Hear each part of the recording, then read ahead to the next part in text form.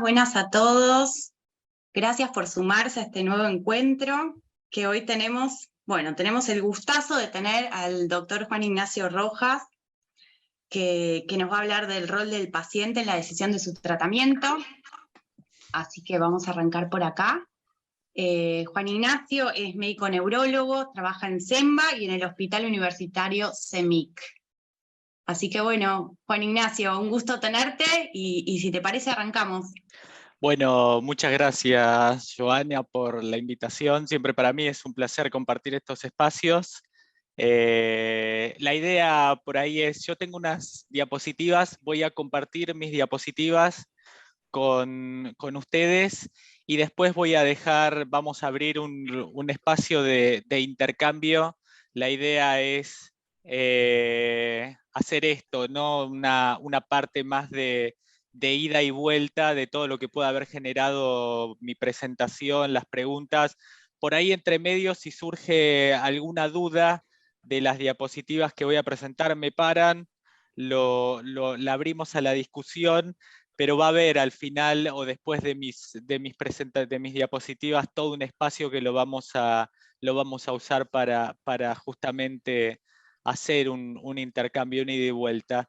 Yo, como decía Joana, me voy a meter en lo que tiene que ver con algo en donde están insistiendo o los entes regulatorios están de alguna manera enfocándose mucho, que es esto, el rol del paciente en la decisión del tratamiento. Sin dudas, lo vamos a enfocar a esclerosis múltiple, pero los entes regulatorios lo están llevando a todas las condiciones, a todas las condiciones de salud, a todas las enfermedades, porque tiene una parte central, que es la de que haya una decisión conjunta entre cada persona que tiene una condición de salud, una enfermedad, y su equipo, sus médicos tratantes, porque en definitiva, esta decisión compartida es la que va a llevar al éxito. Es decir, si no hay una decisión compartida, no se va a seguir un tratamiento de la forma en que se tenga que seguir. Yo les voy a mostrar algunos datos específicamente en esclerosis múltiple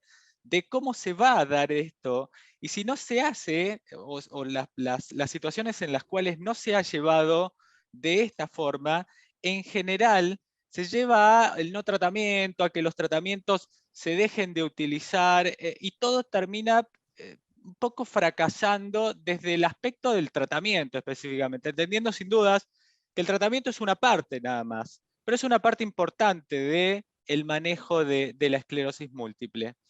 Estos son mis conflictos de interés. Y vamos a ver algunos aspectos por ahí que son importantes de entender de por qué nos vamos a meter en esto de la decisión compartida o el rol del paciente a la hora de formar parte o elegir un tratamiento específicamente en esclerosis múltiple. Hoy entendemos que la esclerosis múltiple es una enfermedad mediada inmunológicamente, en donde hay una predisposición genética, el sistema inmune se activa, empieza a reconocer algo propio como si fuese extraño y empieza a generar esas inflamaciones a nivel del cerebro y de la médula. Eso, de alguna manera, en los últimos años lo empezamos a entender un poco mejor, y empezamos a entender esto, el rol que tienen los tratamientos, pero el rol que tienen los tratamientos desde el lado de la utilización temprana. Esto por ahí puede resultar un gráfico un poco complejo si uno lo ve de entrada, pero lo que dice básicamente es esto, esta curva roja lo que muestra es cómo antes no había tratamientos y los pacientes de alguna manera ingresaban, acumulaban discapacidad porque no recibían tratamientos. Una gran parte de los pacientes acumulaban discapacidad, era la historia natural de la enfermedad. Casi todos o gran parte de los pacientes acumulaban discapacidad, veíamos la historia natural de la enfermedad. Estas eran las grandes cohortes de pacientes de las cuales recibíamos datos de Canadá, sobre todo de Inglaterra, en donde veíamos cómo evolucionaban los pacientes. Empezaron a aparecer los tratamientos y los empezábamos a utilizar con los viejos criterios diagnósticos. Se modificaban esta historia natural. Muchos menos pacientes progresaban y acumulaban discapacidad que esta curva roja que no recibían tratamientos. Y en la medida de que empezamos a utilizar los tratamientos más tempranamente, empezamos a modificar esta historia. La cantidad de pacientes que acumulaban o empezaban a limitar las funciones empezaban a ser cada vez menos, porque entendimos de que mientras más temprano se diagnosticaba la enfermedad y más temprano se utilizaban los tratamientos, era mucho mejor. Por eso es que hoy, hacia donde se fue caminando es hacia hacer un diagnóstico lo más temprano posible y hacer un tratamiento lo más precoz que se pueda, para justamente intentar regular al sistema inmune y controlarlo para que no se produzcan esas inflamaciones a nivel del cerebro, a nivel de la médula, que se traducen como recaídas o como esas lesiones que se generan en la resonancia. ¿Vieron cada vez que se les piden en esa resonancia y que muestran los puntos y que en el seguimiento se van haciendo nuevas resonancias? Lo que se está buscando con el tratamiento es justamente que no aparezcan nuevos puntos y nuevas recaídas. Y aplicando tratamientos lo más temprano posible para modificar todo esto. En definitiva, en los últimos años, lo que fuimos haciendo fue utilizar la historia natural o los distintos estudios para hacer diagnósticos cada vez más tempranos y tratamientos más precoces para evitar la activación del sistema inmune y controlar la enfermedad para que no se produzcan inflamaciones. Y si no hay inflamaciones, no hay recaídas, no hay lesiones en la resonancia, no hay progresión de la enfermedad. Poco de eso se trató estos últimos 10, 15 años de estudios y de entender un poco más la enfermedad. De ahí es que fueron apareciendo todos estos tratamientos. Esta es un poco la línea o la historia evolutiva de todos los tratamientos que fueron apareciendo en los últimos 20, 22 años, desde los primeros interferones hasta los últimos tratamientos que aparecieron, los moduladores selectivos, ofatumumab, que nos permitieron controlar de una manera cada vez más inteligente al sistema inmune para justamente controlarlo y evitar esta activación.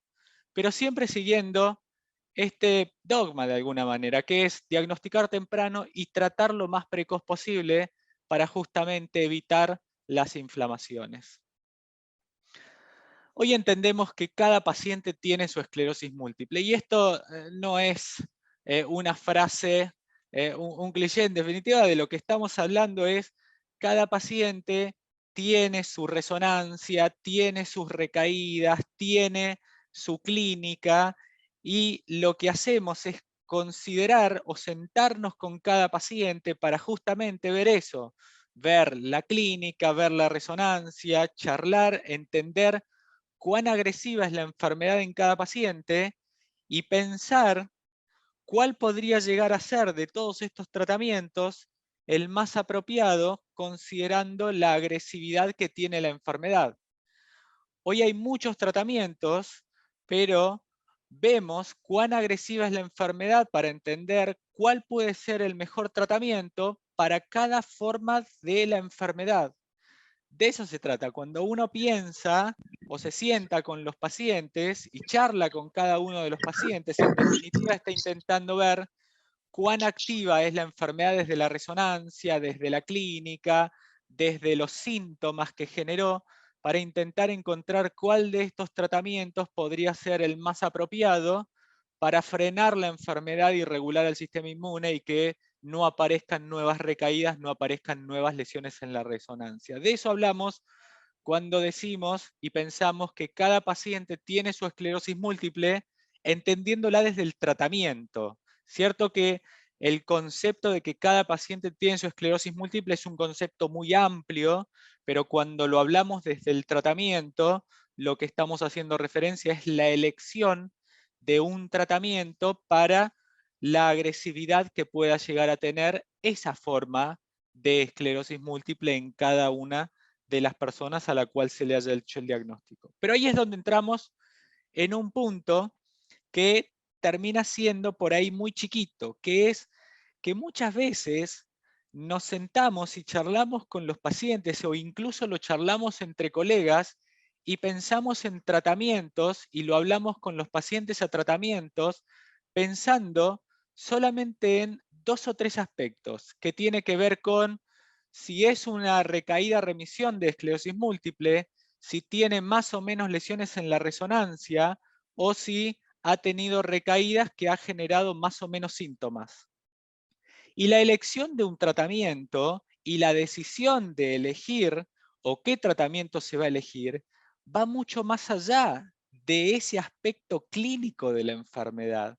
Es decir, que uno muchas veces se queda con 2 o 3 aspectos de la enfermedad para elegir un tratamiento. No está mal. Es decir, cuando uno dice se queda con 2 o 3 aspectos de la enfermedad, como son la cantidad de recaídas, la severidad de las recaídas y las lesiones en las resonancias, no está prestando atención a muchos otros factores que a veces son tan o más importantes a la hora de elegir un tratamiento, como son, por ejemplo, las comorbilidades que pueda llegar a tener una persona con esclerosis múltiple. Hoy entendemos, por ejemplo, que la hipertensión pueda limitar la elección de determinados medicamentos para esclerosis múltiple, la diabetes pueda limitar la elección de otros tratamientos para esclerosis múltiple, la planificación familiar, hay algunas decisiones en relación a el embarazo o la lactancia que también nos va a limitar ciertas elecciones de tratamientos, los efectos adversos. Hay pacientes que han pasado por determinados efectos adversos con el uso de algunos medicamentos que nos van a limitar el uso de otros medicamentos, o la adherencia, pacientes que han adherido o no han adherido a determinados tratamientos, y hablar el acceso.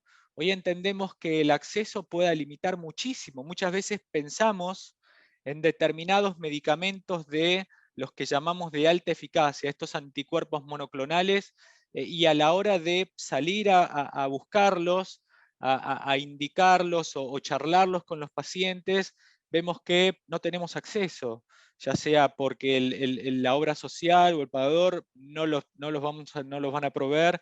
Entonces el acceso limita mucho el poder utilizar determinados tratamientos. O sea que uno muchas veces se centra en 2 o 3 aspectos de la enfermedad y no ve que hay otros factores que ya muchas veces son tan o más importantes que la carga lesional en la resonancia, cuántas lesiones hay en la resonancia o las recaídas para elegir un tratamiento para el control de la esclerosis múltiple. Ni hablar lo que tiene que ver con la seguridad, con la carga que pueda llegar a tener un tratamiento.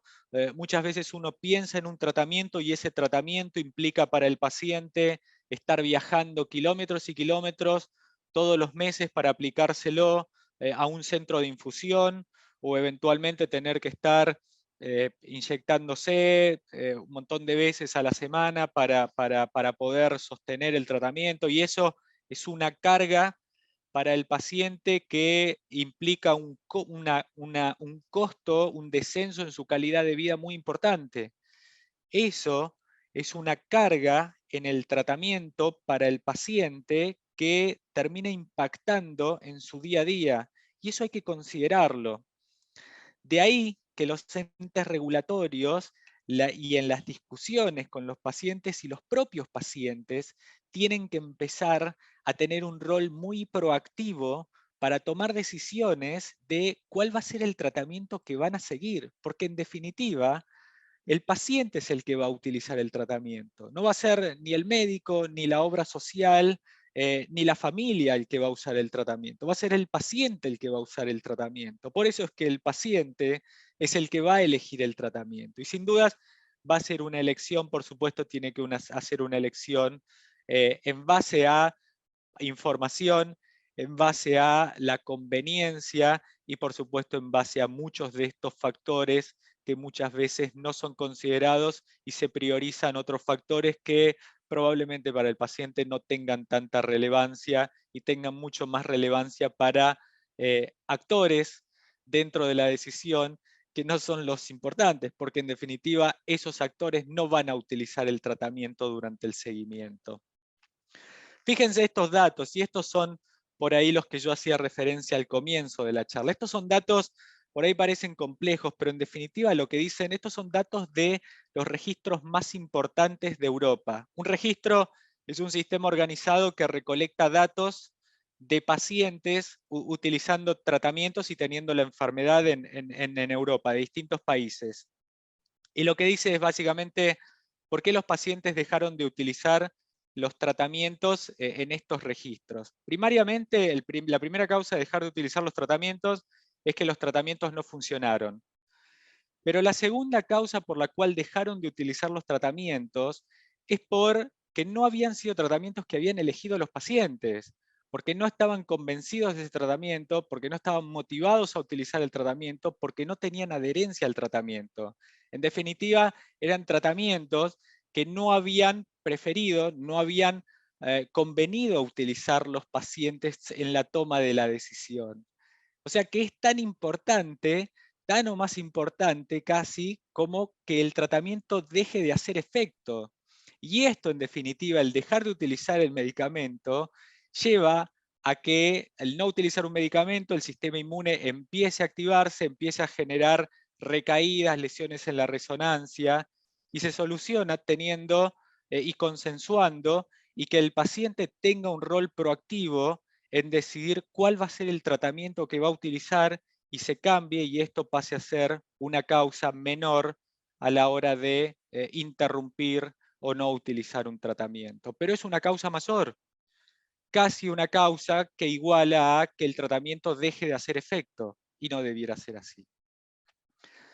De ahí es que empiezan a aparecer distintos estudios en los últimos años que justamente empiezan a evaluar cuál es la preferencia por parte de los pacientes para elegir qué es lo que prefieren los pacientes de los tratamientos, cuáles son los principales atributos por parte de los pacientes en relación a un tratamiento. En Argentina, nosotros hace 2 años, hace 1 año y medio, hicimos un análisis, identificamos un grupo de pacientes con la enfermedad y evaluamos cuáles eran los atributos que los pacientes preferían por parte de un determinado tratamiento, comparándolo contra los atributos que los neurólogos tenían de los tratamientos.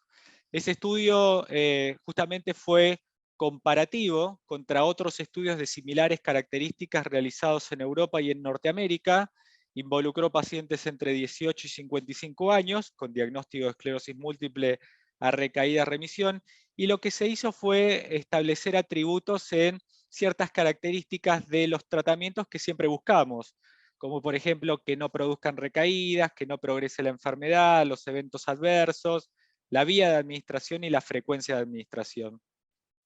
Lo evaluamos en pacientes, lo evaluamos en neurólogos y fuimos a ver qué era lo que los pacientes preferían de un tratamiento y qué era lo que los neurólogos preferían de un tratamiento. Involucramos casi 300 pacientes, un grupo de casi 50 neurólogos. A esto lo que muestra es que la decisión fue compartida, o sea que no hubo una decisión unilateral por parte de los neurólogos de indicar el tratamiento, y esto por ahí es el resultado más importante. El principal atributo que encontramos que los pacientes preferían de un tratamiento era que los tratamientos tuviesen pocos eventos adversos, y si los tenían, que fuesen eventos adversos de alguna manera tolerables, que no generaran eventos adversos significativos. El segundo atributo más importante que preferían los pacientes por parte de un tratamiento es que tuviesen una baja frecuencia de administración por parte del tratamiento, que se administrase lo menos frecuentemente posible. El tercer atributo de preferencia que los pacientes tenían o preferían por parte de un tratamiento es que evitasen las recaídas, seguido de una vía de administración cómoda, es decir, ya sea una vía oral, seguido de una vía endovenosa y en menor proporción una vía subcutánea. Y el atributo que menos preferían dentro de esta elección de preferencias era que evitasen la progresión. Cuando se los estratificó por si había diferencias entre géneros, si había diferencias por acumulación de síntomas, no había diferencias. Siempre los pacientes prefirieron que los tratamientos tuviesen menos eventos adversos, seguido de una menor frecuencia de administración, menos recaídas, una vía de administración cómoda y prevención de la progresión de la enfermedad. Sin dudas que la historia de la enfermedad en los pacientes condicionaba un poco la elección. Aquellos pacientes que en el último año habían tenido recaídas probablemente condicionaban y elegían más que los tratamientos redujesen la aparición de recaídas, o aquellos pacientes que venían de una historia de enfermedad de 10 o más años de evolución de la enfermedad, elegían primariamente una vía de administración más cómoda, pero en general los pacientes primariamente elegían que los tratamientos fuesen seguros, seguidos de una vía de administración menos frecuente y, en tercer lugar, que, por supuesto, los tratamientos controlasen la enfermedad. Cuando esto se evaluó en los neurólogos primariamente buscaban que los tratamientos evitasen la progresión, seguido de recaídas y en menor proporción todo lo que tiene que ver con la calidad de vida de un tratamiento. Acá hay una disociación en donde claramente si el neurólogo elige, está buscando que la enfermedad no progrese, dejando por ahí en menor preferencia todo lo que tiene que ver con la calidad. Esto por ahí es el gap que a veces surge en esto de la decisión. Y acá es donde uno tiene que profundizar en esta charla y en esta discusión el rol y la importancia que tiene la discusión, el consenso y la decisión por parte del paciente del tratamiento, porque en definitiva el tratamiento lo va a usar el paciente, no lo va a usar el neurólogo. La conclusión del estudio es, primariamente la preferencia del paciente pasa por la seguridad seguido por la menor frecuencia de administración y la vía, mientras que en los neurólogos hay otra elección. Estos son algunos datos interesantes que hizo y que me gustaba compartir. Hace poco hizo una encuesta el grupo de Novartis a nivel país, donde se encuestó una gran cantidad de pacientes con esclerosis múltiple, donde sobre todo esto me parecía interesante. El 78% de los pacientes encuestados se encontraban satisfechos o muy satisfechos de su vínculo con sus médicos tratantes. Y a la hora de por ahí salir a buscar información extra, sobre todo buscaban información relacionada con los tratamientos. Quizás esto por ahí cuando yo lo analizaba veía que hay un muy buen vínculo, por lo menos en esta muestra analizada, entre los pacientes y sus médicos tratantes, y se busca mucha información relacionado con los tratamientos. Y acá es donde primariamente uno tiene que, a través de este buen vínculo y a través de esta búsqueda de información, conseguir este empoderamiento de los pacientes justamente para la toma de decisiones y el rol del paciente a la hora de la elección del tratamiento. Porque en definitiva, el paciente informado, en conjunto, en la decisión compartida con el médico tratante, es el que va a tomar la decisión en la elección del tratamiento justamente para la adherencia, porque una decisión compartida es lo que va a llevar a sostener el tratamiento y el mantenerlo y no ver esos datos que veíamos de los registros en donde los pacientes dejan o hay una baja adherencia en el seguimiento a mediano y largo plazo por una falta de motivación, porque por ahí muchas veces no se tienen claro cuál es el rol o el efecto del tratamiento, o los tratamientos empiezan a impactar en la calidad de vida. Los tratamientos que vienen utilizando empiezan a generar un impacto negativo en la calidad de vida, y ese impacto en la calidad de vida lleva a la pérdida de la herencia.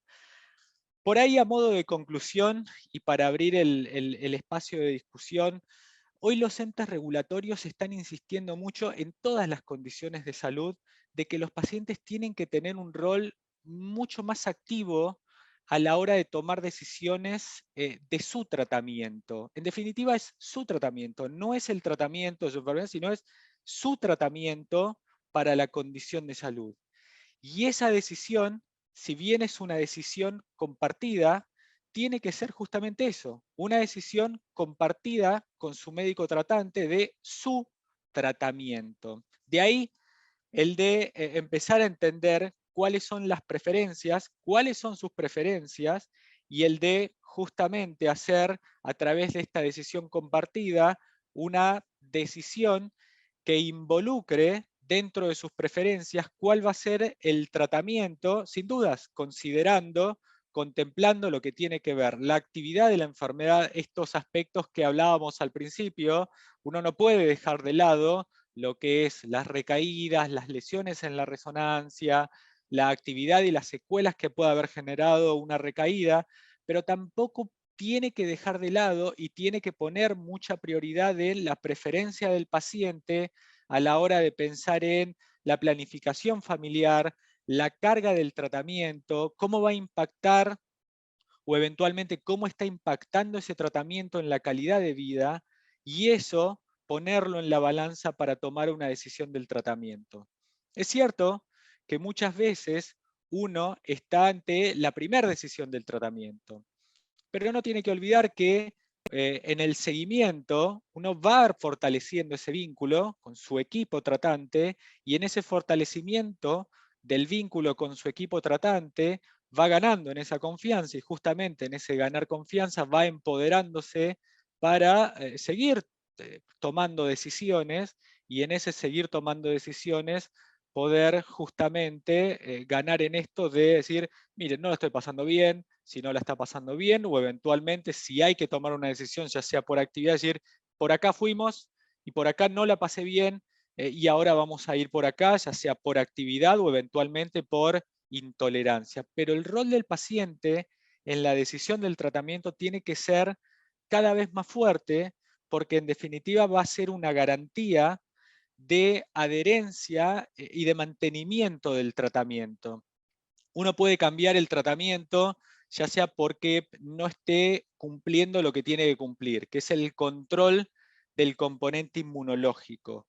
Pero el ganar en adherencia, hoy una de las garantías o gran parte de la garantía en definitiva, uno se lo puede asegurar a través de esta decisión compartida. Y la decisión compartida va a salir de la charla consensuada y del empoderamiento del paciente a través de la toma de decisión conjunta. De eso se trata un poco de por qué los entes regulatorios están insistiendo mucho, ya sea a través de las investigaciones, de entender mucho la preferencia de los pacientes, el gap que hay entre las preferencias de los pacientes y las preferencias que pueda haber entre los equipos de salud, y el achicar esos gaps y que los pacientes empiecen a tener un rol mucho más empoderados a la hora de tomar decisiones. Creo que un poco de eso se trata la presentación, y el por qué empezar a poner esto en el marco de la discusión, y sobre todo, más que nada por ahí, el de charlarlo, el de que cada uno, ya sea en su ámbito, a la hora de sentarse con su médico tratante o eventualmente en las distintas discusiones, de poder empezar a decir, bueno, yo lo hablo, yo lo puedo discutir, y cuando la paso bien en el sentido, mi tratamiento no impacta en mi día a día, o mi tratamiento sí está impactando en mi día a día, el de poder charlar y decir, lo puedo hablar, y en esto de hablarlo y el plantearlo de que está impactando, poder tomar decisiones desde un lado empoderado, desde un lado de poder tomar decisiones, sino no plantearlo, porque en definitiva ese no planteo lleva a esos datos de los registros, donde los pacientes dejan de utilizar los tratamientos, y la no utilización de tratamientos sin plantear las preferencias termina siendo muy perjudicial, porque después vemos estas activaciones de la enfermedad, esta progresión por justamente no control del componente inmunológico. Un poco de eso se trata el rol de los pacientes en la toma de decisiones. Sí, súper, súper interesante. Yo me quedaba pensando un poco lo que decías respecto de, digamos, la previa, ¿no? Esto de llegar a la consulta y estar preparado para la consulta, algo que nosotros hablamos muchas veces, que tiene que ver con tener el listadito de preguntas, poder tener un rato para pensar antes, porque creo que nos pasa a todos, llegamos al médico, nos mira y nos olvidamos todo lo que le queríamos preguntar, teníamos un montón de cosas que queríamos decirle, cierra la puerta detrás nuestro y decimos, ¡ay! Le quería preguntar esto y esto y esto. Entonces, qué importante para poder también empoderarse es tener información, y qué importante es poder prepararse para la consulta. Y también sé que para los neurólogos y muchos de los profesionales de la salud hay un límite en cuanto a tiempo. Esto de que tienen, digamos, muchas consultas y que estas consultas requieren tiempo, y que quizá haya un poco del lado del paciente también poder tener paciencia y decir, bueno, si le dedico un ratito más al anterior, también me va a dedicar un ratito más a mí, Sí. ¿no? Definitivamente. Hay un punto importante, por ejemplo, por lo menos yo lo planteo siempre, y entre los que nos dedicamos a esclerosis múltiple lo tenemos, o por lo menos creo que lo tenemos bien claro, en donde tanto en el diagnóstico como el seguimiento, uno abre espacios casi constantemente para la discusión y para el planteo de dudas. Más en el diagnóstico, decir, bueno, vamos a charlar y te van a surgir dudas y nos vamos a volver a encontrar. En el diagnóstico uno lo está haciendo todo el tiempo, es decir, vamos a empezar a hablar del diagnóstico. El diagnóstico está pasando por acá, nos vamos a volver a juntar la semana que viene, vamos a seguir hablando de las dudas que te van a surgir durante esta semana. Vamos a evacuar todas las dudas, vení con todas las personas de tu núcleo familiar que quieras venir. Si querés seguir viniendo solo, bueno, vení solo, pero nos vamos a volver a encontrar por todas las preguntas que te van a surgir durante este periodo, y nos vamos a volver a encontrar en una semana para seguir evacuando dudas, y en esa otra semana vamos a empezar a hablar del tratamiento, es decir, abrir instancias de diálogos para seguir evacuando dudas y poder transmitir información. Es muy difícil al inicio el de poder llevar toda la información que implica el diagnóstico. Y durante el seguimiento también es muy difícil. Es cierto que una vez que ya las personas tienen el diagnóstico, ya están, es como que está un poco todo más claro, pero también uno va abriendo distintas instancias porque las dudas van surgiendo todo el tiempo, y ahí es donde tiene que haber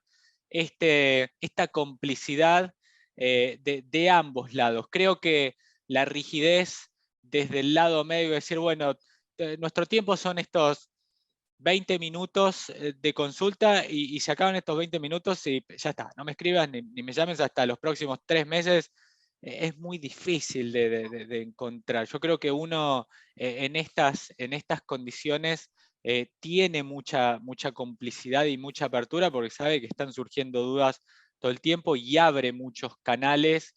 Es cierto que hay muchos canales como, por ejemplo, las asociaciones de pacientes, que son canales increíbles, en donde también van evacuando dudas constantemente y son una ayuda fabulosa, pero es importante todos estos espacios de apertura para ir evacuando estas dudas. Sí, también hay momentos para recibir la información, ¿no? Uno no está siempre permeable.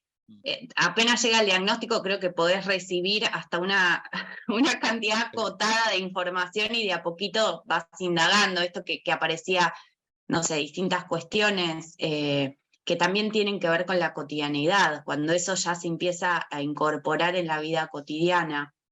No sé qué opina el resto, no sé si quieren comentar algo, si quieren hacer alguna pregunta. Gus, te veo que sí. No, me parece muy interesante lo que dijo el doctor, realmente muy buena su charla. No tengo preguntas, pero he escuchado justamente todos los temas que se han tratado, lo he escuchado, que se tendría que hacer así. Ojalá fuera más así. Realmente es verdaderamente el hecho de cuando uno va a la consulta médica, realmente de poder llevar todas las preguntas y toda la inquietud. Es verdad que muchas veces uno se va y se da vuelta y queda la pregunta o algo que se recuerda o le viene a la mente que tendría que haber preguntado. Así que de llevar bien todo en orden para poder, cuando aprovechar lo máximo posible la consulta con el médico. Me pareció excelente lo que dijo el doctor. Gracias. Gracias, Gus. ¿Alguien más quiere sumar algo? ¿Algo de su experiencia? Hola, buenas Hola, tardes. Ale. Hola, Ale. Eh, bueno, yo estoy diagnosticada hace 2 meses y entonces estoy en el proceso digamos, de ver el tratamiento. Entonces, la semana próxima tengo que retirar todos los estudios y me dijo la doctora que tenía que ver el tema del tratamiento. Entonces, como que me genera mucha, no sé si sería incertidumbre, el hecho de decir, bueno, esto te va a servir, esto no te va a servir. Y bueno, eso, estoy en esa etapa, por eso quería justamente participar de esta charla del doctor, como para que, digamos, tener en cuenta qué tengo que hacer o cómo, porque por ejemplo me dijeron que el interferón era lo que me iban a dar, primero la primera médica, y entonces esta segunda consulta me dijo que no, que primero tienen que ver todo, tienen que hablar conmigo, y después recién se iba a decidir el tratamiento. Entonces eso también me dio seguridad, digamos, como que me va a dejar, así como decía el doctor, como participar de lo que, eh, digamos, como con lo que yo me voy a sentir cómoda y además con lo que me sería mejor, digamos. Claro. Yo, por ahí solamente un comentario. Sin dudas eso es así en el sentido que uno durante el proceso diagnóstico y de la elección hace todo lo que están haciendo en este proceso. Es decir, hacen la recopilación de los datos, de los estudios, y una vez que hace la recopilación bueno, de ver lo que pasó desde revisarte, interrogarte desde los síntomas que tuviste, ver los estudios y después ver esto de cuando yo planteaba todos los tratamientos hoy disponibles. No es que uno plantea todos los tratamientos para todos los pacientes, sino que en definitiva plantea en base a ciertos aspectos, y después en esto, por ahí cuando vos planteas, bueno, ¿qué tengo que hacer? Quizás el mensaje por ahí más importante es el de esto que yo lo planteaba, el del rol proactivo del paciente, el de decir, bueno, entiendo que hoy no hay, cuando uno plantea y dice, bueno, hay más de 15 tratamientos disponibles. Eso no es tan así porque hoy entendemos que hay ciertos medicamentos que puedan llegar a tener para ciertos pacientes en los cuales por ahí no tienen tanta agresividad de la enfermedad, no planteamos ciertos medicamentos que tienen mucha eficacia, porque por ahí no tiene mucho sentido utilizar medicamentos de muy alta eficacia para pacientes que tienen muy poca actividad.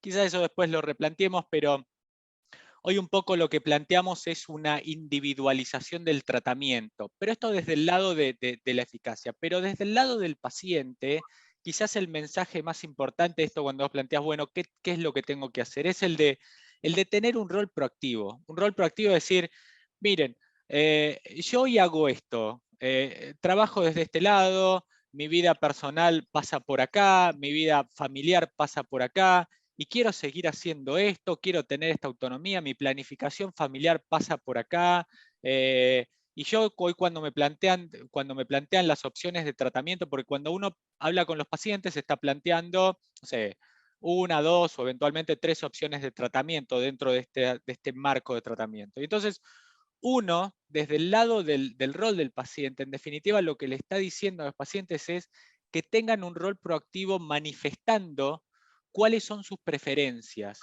cuál es su día a día y qué es lo que pretenden de su día a día, desde el lado de los tratamientos. Y de esa forma lleguen a un consenso con su médico tratante para poder entrar en un planteo o una decisión consensuada. Es decir, que tengan una forma más consensuada. Es cierto que dentro de estas 2 o 3 opciones que uno muchas veces maneja, porque uno no está manejando 18 opciones de tratamiento. En definitiva, uno se está manejando dentro de un rango relativamente acotado de opciones de tratamiento, pero desde el lado del paciente, en definitiva, uno lo que está diciéndoles es planteen estas preferencias, es decir, esto de mi preferencia en relación a la planificación familiar pasa por acá, yo quiero esto desde la planificación, yo quiero esto desde hoy mi trabajo pasa por acá, o mi preferencia desde el lado del tratamiento pasa por acá y yo quiero hacer esto. Entonces, ¿cuáles son las opciones? quiero entender mejor cuáles son los tratamientos o mis opciones de tratamiento y quiero tomar una decisión consensuada y conjunta. De eso un poco se trata este rol del paciente, el de tener un rol más proactivo y no tan reactivo, decir, bueno, ¿qué uso? De eso a veces un poco se trata. Es cierto que muchas veces desde el lado de los pacientes viene esto de decir, pero mi obra social me dice que yo solamente tengo esto, y eso no es tan así. Es cierto que es un sistema a veces un poco complejo, el sistema nuestro de salud, pero uno tiene herramientas para con eso. Quizás el mensaje es esto, desde el lado del paciente, el de empoderarse, entender mejor de qué se trata, cómo funcionan los medicamentos a los cuales uno va a tener opciones de utilizar, qué van a hacer, qué es lo que yo quiero como paciente desde mi rol de vida, del día a día, de mi planificación familiar y elegir conjuntamente. Y de ahí tomar decisiones junto con mi médico tratante, porque en definitiva yo como paciente voy a usar el medicamento. De eso se trata. Ahí me sumo.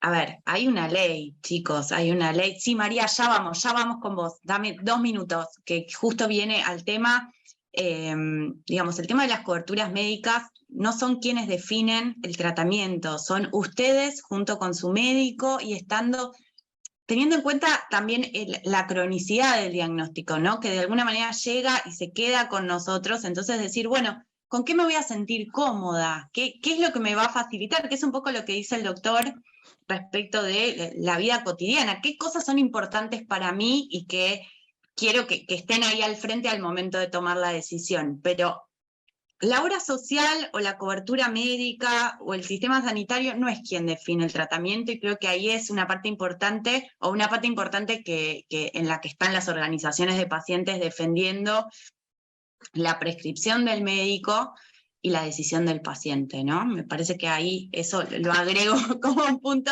importante, que es donde aparecemos todas las organizaciones de pacientes. María, sí, dale. Bueno, yo quería decir que por ahí mi experiencia sirve para contarla.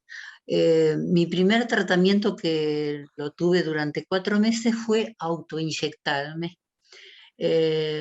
Y realmente para mí, la negación que tuve ante la medicación de autoinyectarme me mantuvo en una pseudo gripe permanente. Para mí era traumático, un día en la pierna, otro día en la panza, otro día en el brazo. Bueno, no tenía adherencia a esa medicación. Realmente me sentía trasladarme con hielo donde me tenía que trasladar, con la inyección. Bueno, terminé con Bioral, ya hace más de 6 años y pico, y estoy re bien. Nunca tuve ningún brote, pero a mí me parece que es re importante que uno se sienta bien con la medicación, bien, ¿no? Desde el punto de vista de lo que el medicamento le va a hacer. Uno no es un ente solamente orgánico sin ser psicológico, social, uno es un montón de cosas, ¿no? Entonces, es una cosa que me parece que se tiene que tener muy en cuenta. Y bueno, yo con mi obra social en realidad no tengo ningún problema, nunca tuve. Y hace el tiempo que estoy medicada, nunca tuve problema con la medicación y la renovación. Yo sé que hay gente que sí que tiene problemas, pero se resuelve, siempre se resuelve. Se termina resolviendo más tarde o más temprano, y es producto también de la experiencia que nosotros hacemos, ¿eh? Y de transmitirnos entre nosotros cómo. ¿Sí? Bueno, eso solito. Yo quería comentar sobre el punto que plantea María, que es fundamental. El tema de la enfermedad de esclerosis múltiple no es recaídas y lesiones en la resonancia. Y a veces ese concepto no está en el sentido, muchas veces hablamos entre colegas y discutimos o vemos pacientes por ahí en segunda opinión y dicen, no, la estoy pasando muy, muy mal. La verdad que la llevo, mi calidad de vida es malísimo, pero sigo en este tratamiento porque no tengo recaídas y lesiones en la resonancia. Eso no es, no hay que mantener los tratamientos en esa situación, porque la calidad de vida es fundamental para el paciente. Por más que no haya recaídas y lesiones en la resonancia, hay que salir de esa situación. Y ahí el paciente empoderado tiene que decir, yo no puedo seguir así. Y tienen que cambiar porque hoy, y más en este escenario en donde tenemos opciones de tratamiento, la enfermedad se va a poder controlar con otras alternativas y el paciente la tiene que pasar bien, no puede estar en esa situación de estar pasándola mal por más que no esté teniendo recaídas y lesiones en la resonancia. Y quiero también reforzar lo que recién planteaba Joana, las aseguradoras no definen el tratamiento es una decisión entre el paciente primariamente y el equipo de salud. Pero es primariamente una decisión entre el paciente y el equipo de salud, y después se le va a comunicar y se va a llegar a elegir entre al asegurador. Por eso es que no se queden en ese punto, ni se empantanen, ni lleguen a decir, no, en definitiva terminé usando esto, y a veces lo vemos, formas súper agresivas de la enfermedad, que terminan recibiendo tratamientos en donde indefectiblemente o van a progresar o terminan con una calidad de vida malísimo y van a terminar progresando porque era a lo único que por ahí le terminaban proveyendo el asegurador. Y esa no es la situación, eso no tiene que pasar. No, tal cual. Voy a sumar algunos comentarios que hay en Facebook. Fue muy determinante la decisión compartida a la hora de elegir un tratamiento y de igual forma, 5 años y medio después, a la hora de cambiarme ese tratamiento por un tema de adherencia. En los dos casos, ese diálogo fue fundamental para comprometerme con el tratamiento. Uh-huh. Dice una de las chicas. Y después un punto que me pareció interesante acá, a mí me cuesta mucho reconocer qué me pasa o qué me está pasando. Que me parece que es algo que también pasa bastante, ¿no? No sé si te pasa un poco en la consulta, Juan. Sí, el de qué me pasa respecto a la elección, a la decisión. Sí, o a los síntomas o qué les está pasando, digamos, definir un poco este cuerpo que sí, tiene claro. síntomas, que tiene un montón de cambios que no sabemos muy bien a qué se refieren, porque a veces todo cae en la bolsa de la esclerosis múltiple o nada es esclerosis múltiple, entonces estamos, ¿no? ¿Qué puedes dar cuenta para eso? Sí, totalmente, es cierto. A veces es difícil, es un punto complejo. Quizás uno muchas veces por ahí, o por lo menos desde la consulta y desde la práctica, lo que intentamos hacer es ir viendo síntoma por síntoma, porque dentro de la sintomatología muchas veces hay una serie de síntomas que van generando síntomas difíciles de definir desde el lado del paciente, que cuando los empezamos a disecar los podemos entender un poco mejor y ayudar. Y esto a veces nos pasa, por ejemplo, con lo que es fatiga, espasticidad, lo anímico, que son síntomas que a veces desde el lado de los pacientes les cuesta por ahí definirlos, y los lleva a esto de decir, no llego a entender bien, y es como una sensación de malestar, de pesadez, o no lo puedo definir, y uno por ahí a través de ciertas preguntas dirigidas y acompañando puede intentar como hacer una especie de disección y encontrar como estas puntas que ayuden a entender por dónde va. Pero sí, es muy frecuente de encontrar esto de no entender ciertos síntomas y hacer difícil ver por dónde ir. Pero por ahí es en el uno a uno, en el diálogo y en el interrogatorio dirigido que se puede empezar a destrabar eso. Bien, ahí agradecen también a María por su testimonio que les sirvió. Así que no sé si alguien más quiere comentar algo. Si quieren sumar algo más. Gaby, tengo la dale. cámara apagada, sí, porque tengo mala señal. Sí, mi consulta sería, yo en realidad mi neurólogo no es especialista en esclerosis múltiple. Y es como que siento que no la lleva, digamos. O sea, yo tengo esclerosis múltiple hace 10 años. Bueno, sí, pasé por Copaxone, Natalizumab, no, Natalizumab es el de ahora, Fingolimod, bueno, un par de medicaciones. Y yo siento con la de ahora, hoy en día el Natalizumab, lleva el control del virus JC. Y eso tengo que estar yo diciéndole al neurólogo. El neurólogo sí, en cada infusión pasa, me pregunta, hola, ¿cómo estás? O sea, no voy casi al consultorio, me atiende de paso. Y o sea, las resonancias se las pido yo, el control del virus JC se lo pido yo. Y es eso, para mí que el error está, digamos, pienso, que es porque él no es especialista en esclerosis múltiple. Es neurólogo, sí, pero a mí se me hace que es eso, es como que no está la empatía. O sea, ¿qué sería aconsejarme ir a un especialista en esclerosis múltiple? A ver, yo te voy a por ahí dar mi opinión. Hoy el tema de especialistas, no especialistas, quizás hay por ahí profesionales que están un poco más familiarizados y profesionales un poco menos familiarizados.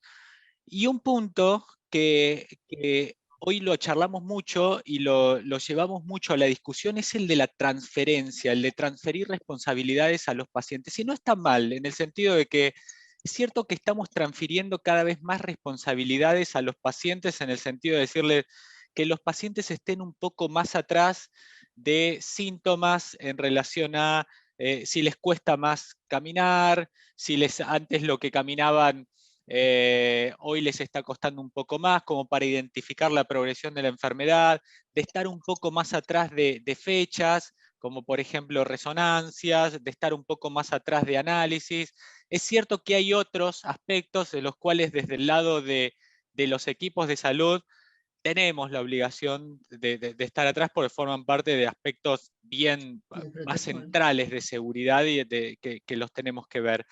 Pero hay un punto en el cual estamos, así como hablamos de empoderar a los pacientes desde el lado de estar bien atrás en la toma de decisión, también hay un punto de empoderarlos en su tratamiento y empoderarlos en el sentido de estar atrás, decir, me toca la resonancia, necesito mi orden para la resonancia porque estoy llegando al año y sé que tengo y estar atrás, no ser tan reactivos, decir, bueno, voy a mi consulta y pasaron 2 años. ¿Cuánto fue tu última resonancia? Hace 2 años. ¿Y no te tocaría una resonancia? Ah, no sé, no me dijeron nada.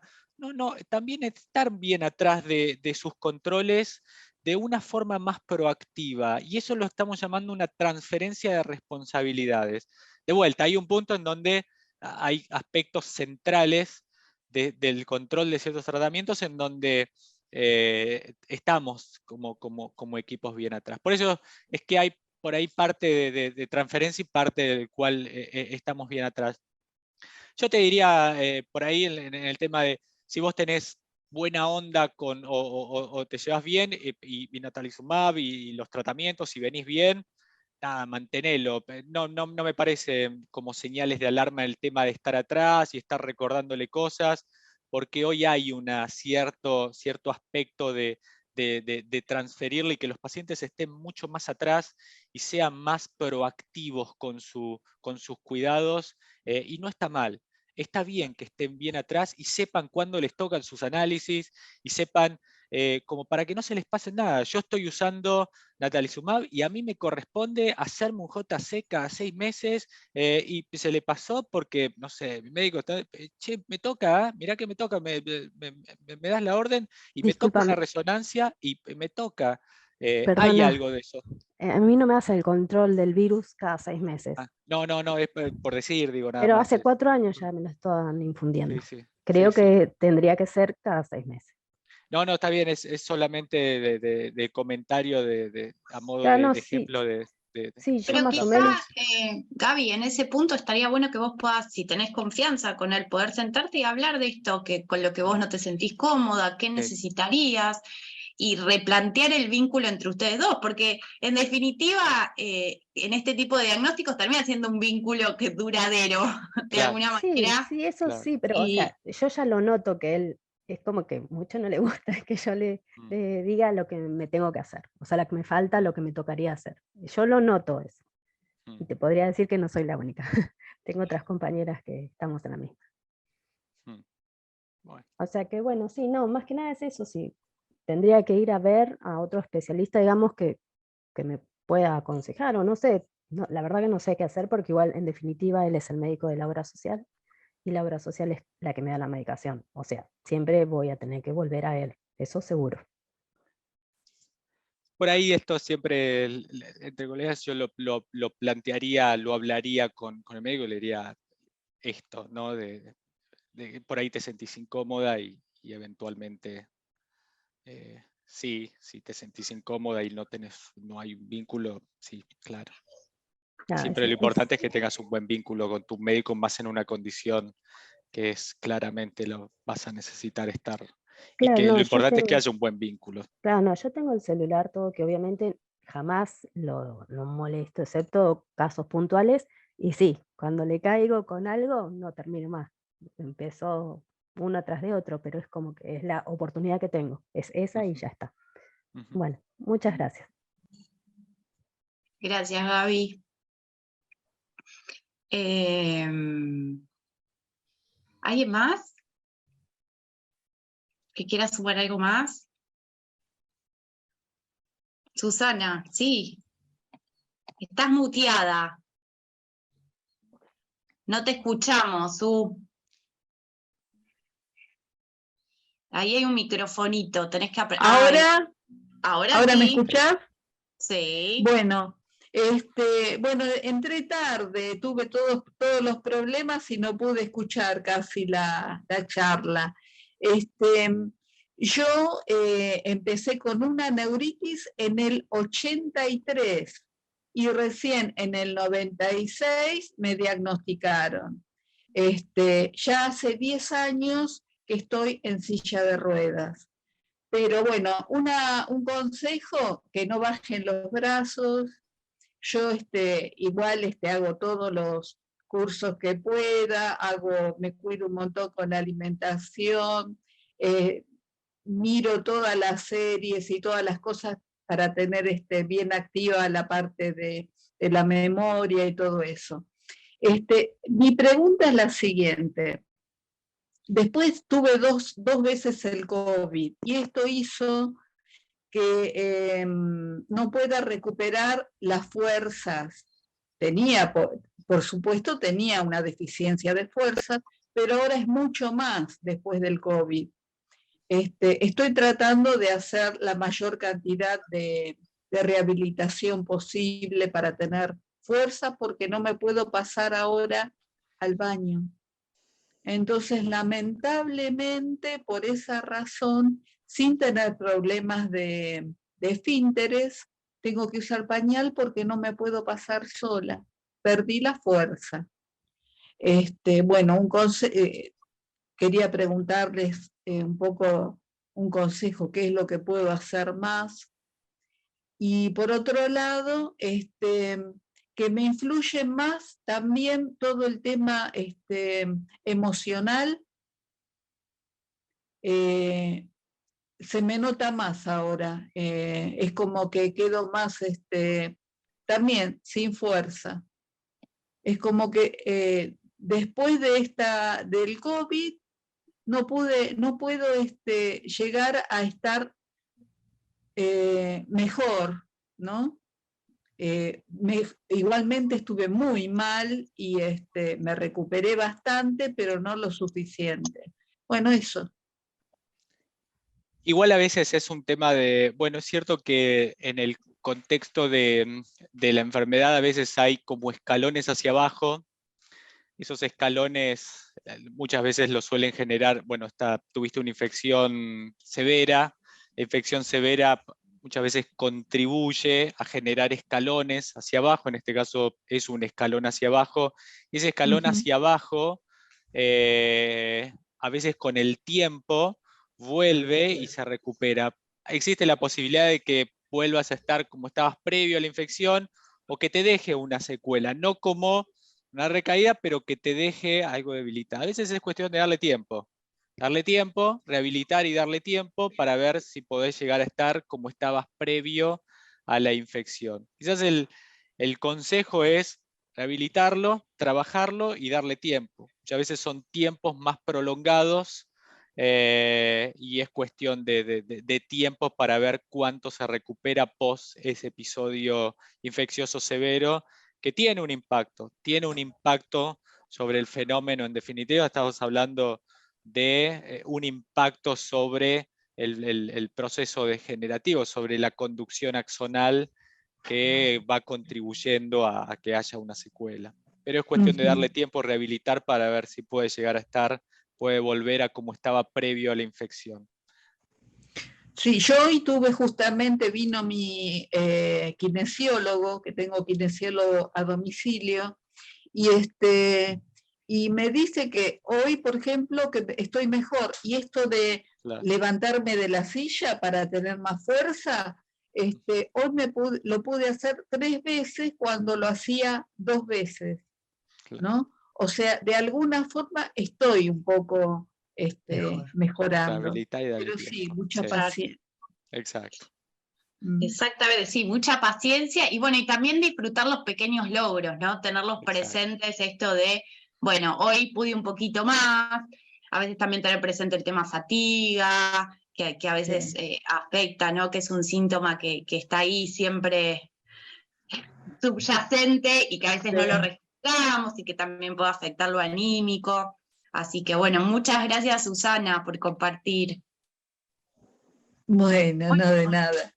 No sé si alguien más quiere y si no lo liberamos al doctor. No, está bien. Ahí estamos, a ver. Ahí hubo algunos comentarios en el Facebook de mucho tiempo a veces que lleva llegar el diagnóstico. Ese es un punto, sí. Ese es un punto en el cual venimos trabajando y se viene trabajando mundialmente para intentar acortar esos tiempos, justamente por lo que yo mostraba al principio, de si cada vez conseguimos acelerar el diagnóstico y llegar a un tratamiento más temprano, hay más probabilidades de poder controlar el componente inmunológico e intentar evitar esa progresión. Por eso es que se está trabajando mucho más en esto, en intentar hacer un diagnóstico más temprano. Pero sí, es un punto deficitario mundialmente, no es solamente acá en Argentina. Sí, exactamente. O sea, estar atentos y también, bueno, un poco las campañas desde las asociaciones tienen que ver con esto, con concientizar más, hablar más del tema, estar más atentos a los síntomas, poder consultar. Digamos, esto que a veces lleva mucho tiempo llegar al diagnóstico, bueno, consultar antes o estar más atento, y eso también es parte de este empoderamiento, ¿no? De, bueno, qué características tienen los síntomas, qué cosas van pasando, y bueno, poder consultar a tiempo. Sí. Ahí. Bueno, yo no tengo más comentarios, hay algunos ahí. ¿Puedo decir algo? Facebook. Sí, María. A Susana. Los pacientes sin esclerosis múltiple que han contraído COVID han tenido largo COVID y han tardado meses en recuperar la fuerza, y más cuando se tiene determinada edad. Entonces, probablemente,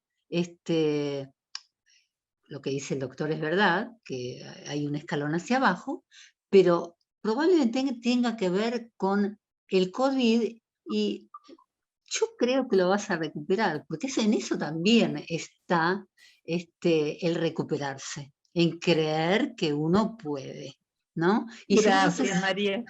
Y si haces todo lo que se te indica y haces ejercicios de fuerza, de levantarte y volverte a sentar, todos los hacemos, aunque no tuvimos COVID, aunque no tenemos discapacidad para estar en una silla, todos los tenemos que hacer. Es así, así que fuerza y que se puede. Es así. Bueno, muchas gracias, María. Ahí está, muy bien. Bueno, veo que no hay nuevas preguntas, ahí te agradecen, Juan. Gracias por este espacio. Gracias por, un placer. Por toda esta información, y creo que nos vamos con esto, ¿no? De hay que tener información, hay que ponerse en el centro de todo esto y tener un rol activo. Exacto, por ahí ese es el mensaje más importante, el de tener un rol más proactivo a la hora de tomar una decisión del tratamiento. Quizás lo plantearon ahí, me pareció muy interesante quien lo planteó, a la hora de iniciar y a la hora de cambiar, si toca el momento del cambio, ya sea por una intolerancia, porque uno no la está pasando bien, o eventualmente porque el tratamiento no está haciendo lo que tiene que hacer. Pero plantear esto, ¿no? El de yo quiero esto por esto y estas son mis preferencias, un rol más proactivo. Exactamente, así que bueno, nos llevamos eso. Muchas gracias. Muchas gracias, muchas Gracias a gracias. ustedes. Y bueno, y seguimos en contacto todos nosotros. Sí. Nos vemos la semana que Dale, viene. Que tenemos muchas más gracias. Gracias, Gracias. por Un la abrazo. invitación. Muchas gracias. Muchas gracias. Gracias, Joana. Un abrazo a todos. Chao.